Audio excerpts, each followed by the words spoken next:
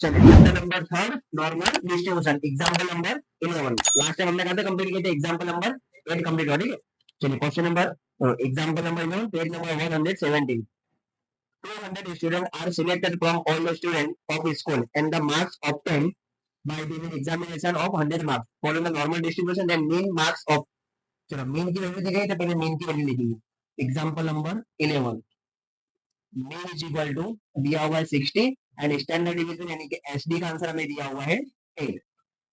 First question if 70 और more marks यानी कि किसी स्टूडेंट के 70 मार्क्स है या उससे ज्यादा और मार्क्स मोर मोर कितने में बोले हुए नहीं बस कहां से स्टार्ट है 70 से मोर मतलब कहां जाने पड़ेंगे 70 हो सकते 80 90 या आउट ऑफ 100 भी हो सकते ठीक है। तो एक्स की वैल्यू कितनी दी है 70 और मोर कितना मोर वो कंफर्म बता नहीं उस पर हम क्या निकाल सकते जेड निकाल सकते ना तो z1 is equal to x1 minus mean divide by SD x1 की वैल्यू कितनी है 70 मीन की वैल्यू कितनी हमारे पास है 60 डिवाइड बाई एसडी की वैल्यू कितनी है 8 70 माइनस 60 करेंगे तो 10 divide by 8 is equal to 1.25 ये किसका आंसर आ गया जेड का आंसर किस में आया प्लस में और बोला क्या है मोर मोर मतलब क्या जाना पड़ेगा प्लस के साइड पर ठीक है। तो फर्स्ट तो पहले क्या बनाना है हम diagram minus infinity plus infinity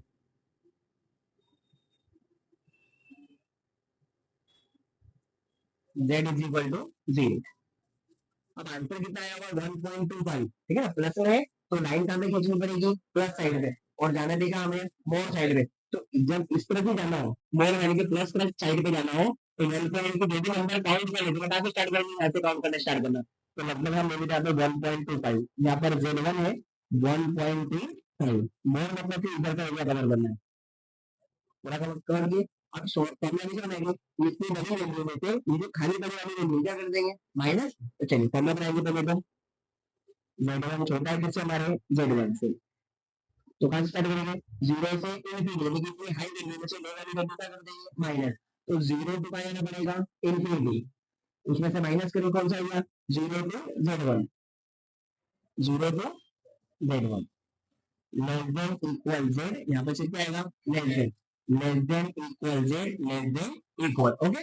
चलो जीरो टू इनफिनिटी का आंसर फिक्स होता है कितना होता है 0.5 इसका आंसर फिक्स है मैं पॉइंट के बाद कितनी वैल्यू लगा देंगे हम टोटल 4 वैल्यू होनी चाहिए तो 3 जीरो आगे लगा देंगे ठीक है फिर स्टार्ट में माइनस का माइनस प्रोबेबिलिटी जीरो का जीरो लेस देन इक्वल तो लेस देन इक्वल जेड वन का आंसर कितना दिया 1.25 तो अब चेक करेंगे पीछे जाकर के जेड टेबल में तो 1.25 में का आंसर दिया तो चेक कर लेते ठीक है 1.2 चेक करेंगे पहले तो 1.2 और कब है 0 1 2 3 4 5 3 9 डबल 4 तो 0.3944 माइनस का भी सूझे तो 0.1056 ये आ गई हमारी प्रोबेबिलिटी ओके यानी कि 70 से ज्यादा मार्क्स लाने वाले के स्टूडेंट की प्रोबेबिलिटी कितनी होगी 10.56। अब देखते आगे क्या बोला उसने for the special scholarship then often the number of student getting special scholarship यानी कि ये जो प्रोबेबिलिटी है ना वो स्कॉलरशिप मिलेगी अपने पास कितने स्टूडेंट इसे दिए गए टोटल स्टूडेंट कितने 200 है तो इसे देखा हम निकालेंगे नंबर ऑफ स्टूडेंट तो निकाल लेते हैं अपन number of student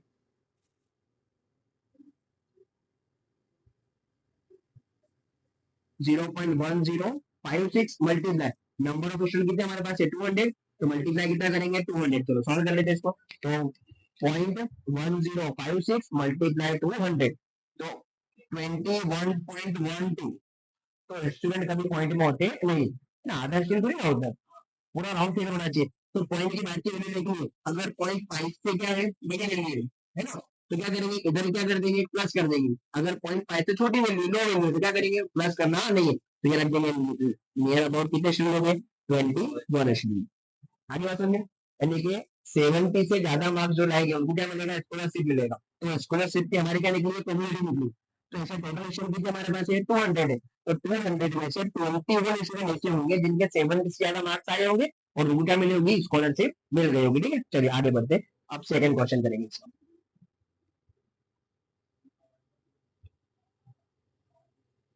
second question में लिखा हुआ है ऑप्टेन द मैक्सिमम मार्क्स क्या आना चाहिए मैक्सिमम तो ये भी कहा जाना पड़ेगा हमें प्लस साइड भी जाना पड़ेगा क्योंकि मैक्सिमम मार्क्स मिले होंगे ऑफ 10% यहाँ पे क्या दिए परसेंटेज जब जब परसेंटेज होगा ना तो जो हमने अभी देखो यहाँ पे प्रोबेबिलिटी निकाली थी 0.105 से प्रोबेबिलिटी निकाली थी तो इसका आंसर दे देगा, यानी कि जब जब परसेंटेज होंगे ना तो प्रोबेबिलिटी जो हम फाइंड आउट करते हैं वो तुम्हें आंसर में दे दी। तो जब तुमको प्रोबेबिलिटी दी होगी तो या तो तुम्हें एक्स वन फाइंड आउट करना पड़ेगा, जेड वन, मीन और स्टैंडर्ड डिवीजन। तो देखो मीन भी हमारे पास है, एस बी भी हमारे पास है ना। तो इन दोनों में से कुछ एक ही हमें निकालना है, मीन भी दिया हुआ है, एस भी दिया हुआ है, तो इन दोनों में से किसी एक की फाइंड आउट करने के लिए बोला हुआ है, ठीक है। तो पढ़ते आगे क्या बोला हुआ है, of the student getting maximum marks, marks मतलब कि एक्स की वैल्यू। तो क्या निकालना है इसमें हमारे को, एक्स की वैल्यू निकालनी। तो एक्स कब निकलेगा, जब जेड वन की वैल्यू पता चलेगी तब। तो चलो फाइंड आउट करते हैं, ठीक है। तो पहले हम लोग लिख लेते हैं, पर कितने परसेंटेज दिए, 10% ना।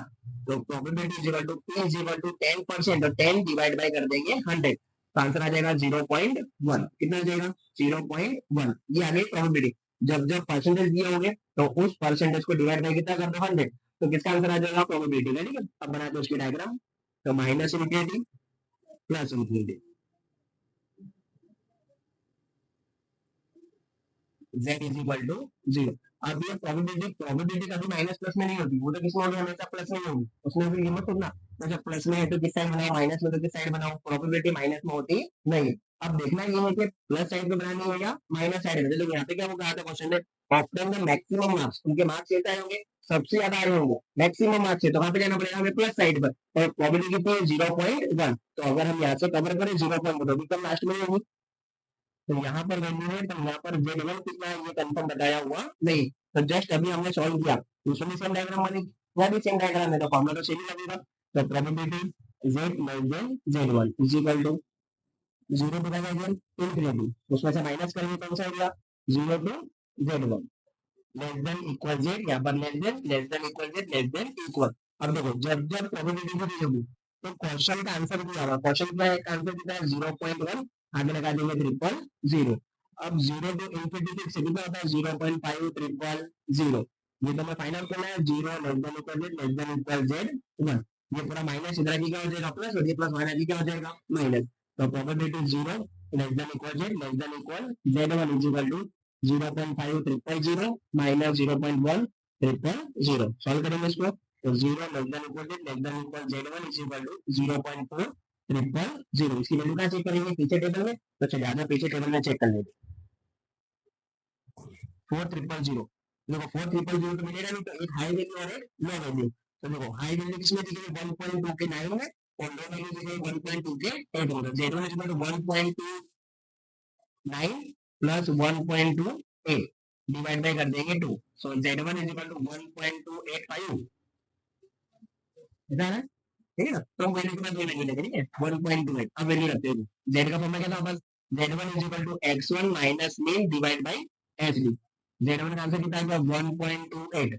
अब देखो कभी कभी क्या होगा, जो ये आंसर माइनस में भी आएगा, किसमें आएगा, और माइनस में कब होगा, जब लाइन का अंदर ड्रॉ करेंगे माइनस साइड में, ये लाइन हमने कहा ड्रॉ करो प्लस आ जाएगी ना, तो आंसर इसमें लिखेंगे प्लस में। तो जेड की जगह पर जेड की वैल्यू, एक्स को दिया हुआ नहीं, वो फाइंड आउट करना है, माइनस मीन की वैल्यू दी थी हमारे पास 16, और एसबीआई ने स्टैंडर्ड इनकम कितना दिया हमारे को 8। ये डिवाइड जाएगा किसमें आ जाएगा, मल्टीप्लाई में, फिर करेंगे मल्टीप्लाई, 1.28 मल्टीप्लाई करेंगे 8, तो आंसर आएगा 10.24, बराबर। x1 का x1 माइनस 60 का माइनस 60। अब ये माइनस इधर क्या हो जाएगा, प्लस, इधर प्लस कर लेते हैं। तो 10.24 plus 60 is equal to x।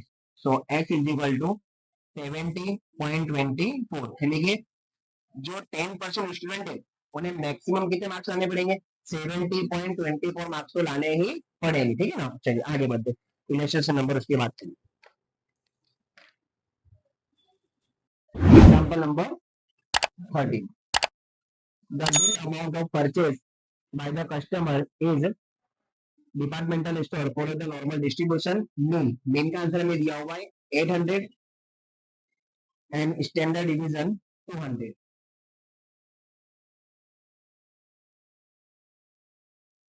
On day 57 customer had the bill amount more than 1200, यानी कि जो स्टूडेंट जो भी आए हुए कस्टमर 57 जो कस्टमर है उनकी जो बिल की अमाउंट है वो कितनी है, 1200 से ज्यादा, मोर देन 1200, तो उसके हम लोग प्रोबेबिलिटी निकाल देते हैं। तो x1 इज इक्वल टू दिया हुआ है 1200 मोर, है ना। इसमें z निकाल सकते हैं, z1 is equal to x1 minus mean divide by H D. तो 1200 माइनस 800 और एच डी की वैल्यू 200, ऊपर माइनस करेंगे तो 400 डिवाइड बाई 200 इक्वल आंसर कितना आ जाएगा 2। आंसर कितना है प्लस में, और ये भी क्या बोला है, मोर ही बोला, ठीक है। डायग्राम ड्रॉ कर लेंगे उसमें, माइनस इंफिनिटी प्लस इंफिनिटी,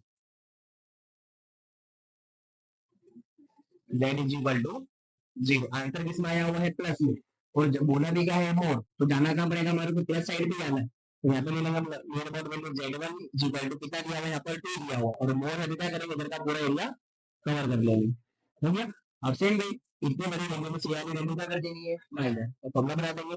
तो z लेस देन Z1 कहाँ से स्टार्ट करेंगे, 0 टू इंफिनिटी, उसमें से माइनस करेंगे 0 टू Z1, ये वाली वैल्यू क्या करनी पड़ेगी, माइनस करने के लिए, बीच में फिक्स होता है लेस देन इक्वल जेड, यहाँ पे से क्या आएगा less then, less than equal Z, और यहाँ पर लेस देन इक्वल लगा देना, ठीक है।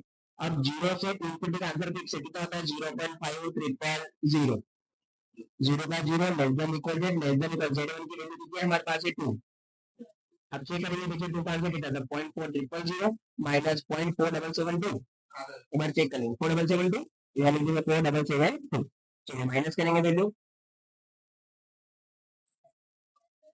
0.5 माइनस 0.4772, तो आंसर आ जाएगा 0.0228, यानी कि जो 57 कस्टमर है और उनका जो बिल है मोर देन 1200, उसकी ये प्रोबेबिलिटी है, यानी कि 1200 रुपए से ज्यादा का सामान जितने लोगों ने खरीदा है, जैसे 57 कस्टमर है, ये उनकी प्रोबेबिलिटी है, फिर 57 कस्टमर की।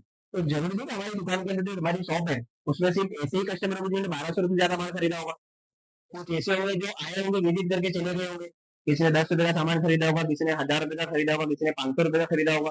तो देखते आगे क्या बोला, ठीक है ना, आगे क्या बोला उसने, estimate the number of customer who visit the store on that day, उस दिन दुकान में कुल कितने कस्टमर आए हमें निकालना है ना। तो ये जो प्रोबेबिलिटी है कितने कस्टमर की है, 57 कस्टमर की है ना, उसमें से हमें क्या निकालना, टोटल कस्टमर निकाले, क्या निकाले टोटल। तो अगर हम मान लो कि अभी डायरेक्ट समझ नहीं पाएगा, तो एग्जाम्पल लेते फॉर एग्जाम्पल मान लो कि तुम्हारी दुकान के अंदर टोटल 200 कस्टमर आए हुए, कितने कस्टमर आए हुए 200 कस्टमर, मैंने ऐसा बोला तुम्हारे को, और मैंने उसका बोला कि निकालो उसका 20%, तो निकाला 20% कितना आएगा 40, आ गया 40 कस्टमर।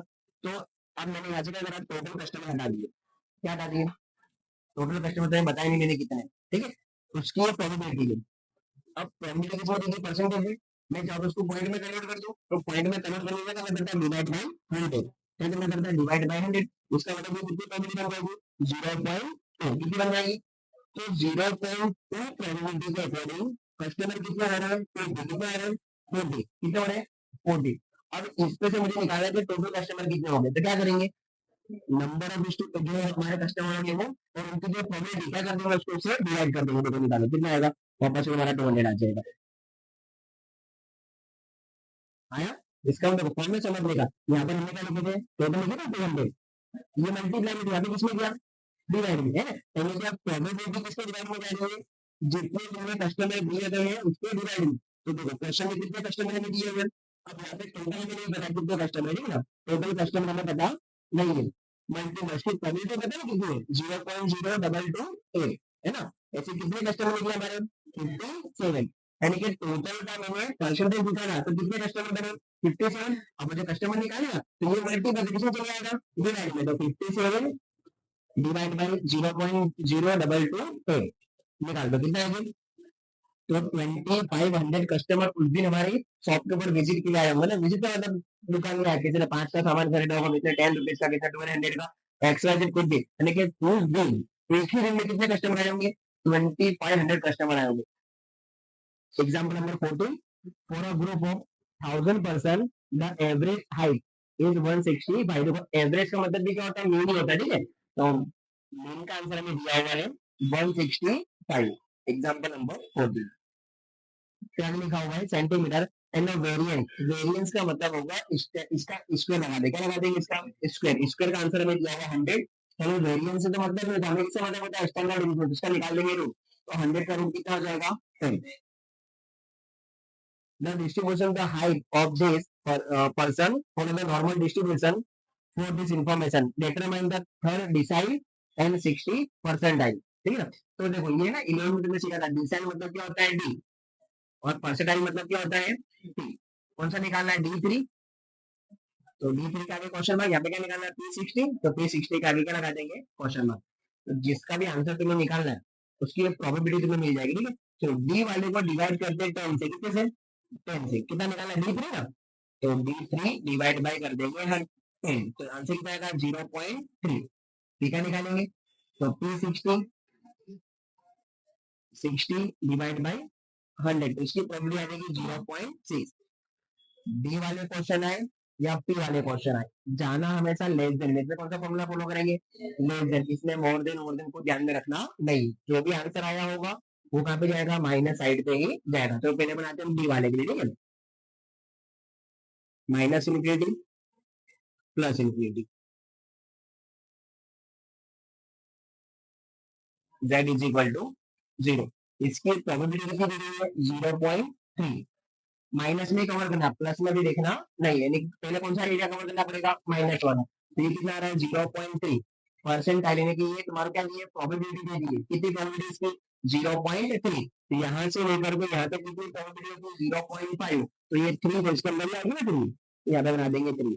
यहाँ पर Z1 है, बट कितना हमें कंफर्म पता नहीं है, लेकिन इन जगह के बीच का जो डिस्टेंस है वो हमें पता है। एक एक करके क्वेश्चन सॉल्व होगा, ठीक है।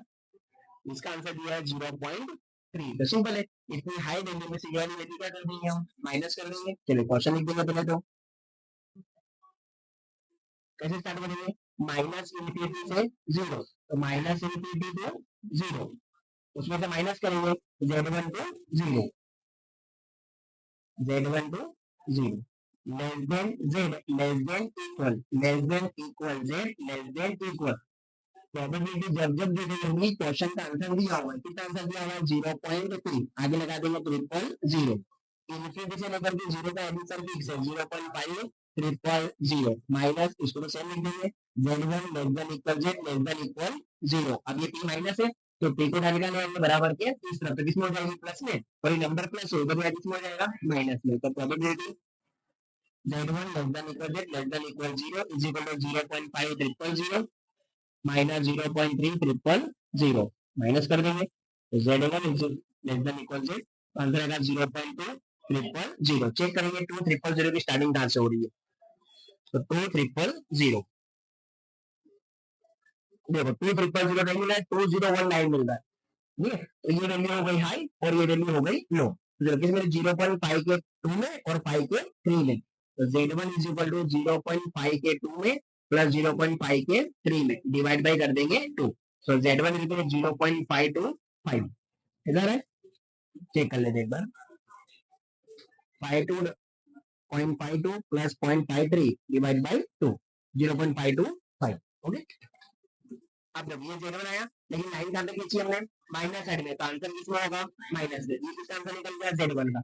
अब इस पर से हमें निकालना पड़ेगा, क्या बोला था ढूंढने के लिए, थर्ड डिसाइड। तो देखिए लगा के फॉर्मूला, तो Z1 इज इक्वल टू, जहां पर हम लिखते थे x, क्या लिखते थे x, और वहां पे लिख रहा है तुम्हें d, क्या लिखना है वहां पर, कौन सा निकालना है, थर्ड वाला। तो T3 माइनस मीन का मीन सेम रहेगा और एचडी का एचडी कैसा रहेगा, सेम। यानी कि फॉर्मूले में चेंजेस नहीं है, जहां हम x लिखते हैं वहां पे क्या लिख देंगे, d लिख देंगे, बाकी कोई चेंजेस नहीं है। x और d वैल्यू कितनी है, माइनस 0.525, D3 का D3 मेन की वैल्यू कितनी देनी है हमें, 165। एचडी कितना दिया हमारे को, 10। यहाँ डिवाइड दिया किसमें आ जाएगा, मल्टीप्लाई में। तो 0.525 से मल्टीप्लाई करेंगे तो माइनस 525 आ जाएगा।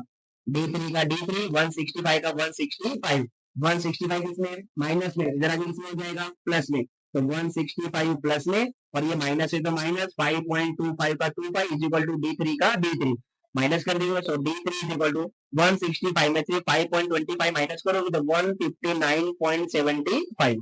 ये आ गया हमारा आंसर। ये किसका आंसर निकल गया, D3 का। अब एसी का सॉल्व करेंगे मतलब P60 का सॉल्व करेंगे, ठीक है। तो चलो सॉल्व करते P60 को, उसका भी डायग्राम बनाना पड़ेगा पहले। तो minus infinity plus infinity, z is equal to 0। अब इसकी प्रोबेबिलिटी कितनी आ रही है, 0.6, और ये टोटल प्रोबेबिलिटी कितनी होती है, 0.5, लेफ्ट कितनी जगह है, 0.6। इसका मतलब क्या है कि लाइन हमें कहां पे खींचनी पड़ेगी, प्लस साइड पर। तभी तो 0.6 होगा ना, मतलब ये पूरा 0.5 लेना पड़ेगा और 0.1 यहाँ का भी लेना पड़ेगा, ठीक है। तो यहाँ पर Z1 है तो कितना है हमें कंफर्म पता नहीं है। और कवर कौन सा एरिया करेंगे, लेस देन वाले, P हो या D हो। चलिए कौन सा एरिया कवर करें, पूरा कवर करना है, P वाला क्वेश्चन हो या D वाला, ठीक है, कवर पूरा करेंगे इस साइड पे। अब तुम बराबर स्केल से बनाना, ऐसा नहीं कि सामने बना दिया आधा जगह तुम नहीं बना रहे, प्रॉपर स्केल से रख के खींचने का इस तरीके से, ठीक है। तो चलिए बना देंगे, Z लेस देन Z1। चलो स्टार्ट कहाँ से करेंगे, माइनस इंफिनिटी से जीरो। अब डायग्राम आगे बढ़ गया, देखो यहाँ पे बता दी, यहाँ पे पहले जाना है तो इंफिनिटी से जीरो पे ही है। अब वापस जब हम पीछे डायग्राम आ गई है तो फिर Z1 से काट देंगे जीरो पर, अब ये डायग्राम तो आगे बनी है ना, तो जीरो से काट जाएंगे Z1 पर, ठीक है। तो यहाँ पे स्टार्ट में माइनस इंफिनिटी से यहाँ पे जाएंगे जीरो पर। अब बॉर्डर के दोनों साइड डायग्राम है तो बीच में क्या आ जाएगा प्लस, फिर जहाँ पे हमने स्टॉप कर दिया वैसे क्या करना पड़ता है स्टार्ट, और एंड कहाँ पे करेंगे Z1 पे, less than Z, less than equal Z, less than equal. Question का आंसर हमें दे दिया 0.6, आगे लगा देंगे 0.0। फिर से जीरो का आंसर फिक्स है 0.5, आगे लगा देंगे 0.0 plus zero, less than equal Z, less than equal Z1। अब देखो यहाँ पर हमने क्या करता, P को उठा के इस तरफ ले गए थे, अब यहाँ पर P को उठा के इस तरफ नहीं आना, वरना P प्लस में किसमें हो जाएगी माइनस में, नंबर को उठा के इस तरफ लेकर आना, ठीक है, ये भी ध्यान रखना एग्जाम में। तो 0.6 triple zero minus 0.5 triple zero is equal to probability zero, less than equal Z, less than equal Z1। Minus करेंगे इसमें से तो 0.1 triple zero, probability zero, less than equal Z, less than equal Z1। चलो 1 triple zero की starting check करेंगे, देखो 1 triple zero की starting दी है ये के ऊपर, एक दी है 1026 और दूसरी दी है 0.0987, तो किसमें दी है 0.2 के पाई में और 2 के 6 में। Z इज 0.2 के पाई में प्लस 0.2 के 6 में, डिवाइड बाय कर देंगे तो so Z1 is equal to 0.255। Check कर लेते एक बार, 0.25 प्लस 0.26 डिवाइड बाय 255 है। तो ये आंसर किसमें लाइन से आता है, प्लस साइड में, तो आंसर किसमें होगा हमारा प्लस में होगा, ठीक है। ये आ गया Z का आंसर। अब इसमें से क्या निकालेंगे, हमें क्या फाइंड आउट करने के लिए P60 ना, तो निकालेंगे तो पहले Z का हमारा Z1 इज इक्वल टू, जहां पर X लिखते थे वहां पे क्या लिखना पड़ेगा P60, जैसे हमने यहाँ पे जो लिखा था वहां पे क्या लिखना पड़ेगा P माइनस में डिवाइड बाई SD। Z1 का आंसर 0.255, P60 का P60 और मीन का आंसर निकला हुआ 165 डिवाइड बाई SD का आंसर कितना दिया 10, डिवाइड किया किसमें आ जाएगा मल्टीप्लाई में, तो करेंगे मल्टीप्लाई तो आंसर आएगा 2.55 equal to P60 minus 165, minus इधर की क्या हो जाएगा प्लस, तो 165 ये हो गया प्लस में, ये तो ऑनली प्लस में ही है ना, तो plus 2.55 is equal to P60। So plus कर देंगे तो P60 इज इक्वल टू 167.55, ये हो गया हमारा आंसर।